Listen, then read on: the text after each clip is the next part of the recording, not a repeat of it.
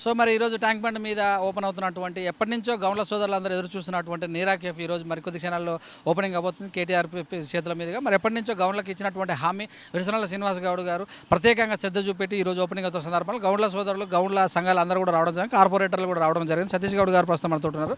వారిని మరికొన్ని విషయాలు తెలుసుకుందాం. చెప్పండి సార్, ఎలా లబ్ధి చేకూరే అవకాశం? ఈరోజు తెలంగాణ ప్రభుత్వం వచ్చాక వాస్తవానికి కులవృత్తులు నిర్వీర్యమైన కులవృత్తులను రక్షించింది ఎవరంటే తెలంగాణ జాతిపిత కేసీఆర్ గారు అని ఘనంగా గర్వంగా చెప్పుకోవచ్చు.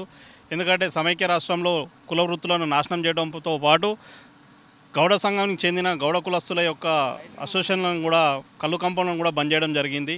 ఆనాడు మంత్రి శ్రీనివాస్ గౌడ్ మరియు పద్మారావు గౌడ్, స్వామి గౌడ్ గారు ముఖ్యమంత్రి కేసీఆర్ గారిని అభ్యర్థించి సిటీలో కంపౌండ్లు తెరవాలని కోరడంతో ఇమీడియట్లీ కంపౌండ్లు తెరవడమే కాకుండా చెట్ల పన్ను రద్దు చేసి వారి యొక్క జీవనోపాధికి ఉపయోగపడ్డారంటే నిజంగా ఈరోజు తెలంగాణలో గౌడ్స్, ముఖ్యంగా గౌడ్స్ తెలంగాణ జాతిపిత కేసీఆర్ గారికి రుణపడి ఉంటారు.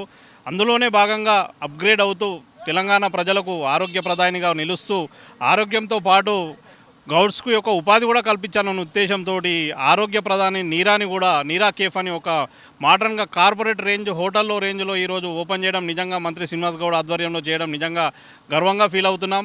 ఇటువంటిది ఇది ఆరోగ్యానికి ప్రధాని కాబట్టి కాన్స్టిట్యున్సీల వారీగా, డివిజన్ల వారీగా కూడా సక్సెస్ కాగానే ఇవ్వాలని కోరుతూ ప్రజల ఆరోగ్యాన్ని కూడా కాపాడుతూ మా గౌండ్ల యొక్క కులవృత్తిని కూడా ముందు కూడా ఇంకా బలపరిచే విధంగా చర్యలు తీసుకోవాలని కోరుకుంటున్నాం. నిజంగా ముఖ్యమంత్రి గారికి మరొక ధన్యవాదాలు కూడా తెలియజేస్తున్నాం మా కులవృత్తి గౌడ్స్ తరపున. నిన్ననే ఏదైతే రైతు బీమా ఏ విధంగానైతే ఉందో అదేవిధంగా రైతు బీమా వర్తించజేసేలాగా గౌడన్నల బీమా కూడా వర్తించినందుకు మన ముఖ్యమంత్రి కేసీఆర్ గారికి ప్రత్యేక ధన్యవాదాలు తెలియజేస్తున్నాము.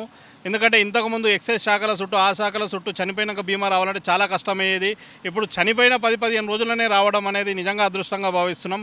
ఇంకా మా కులవృత్తిని కాపాడే విధంగా చర్యలు తీసుకోవాలని ముఖ్యమంత్రి గారిని కోరుకుంటూ జై తెలంగాణ.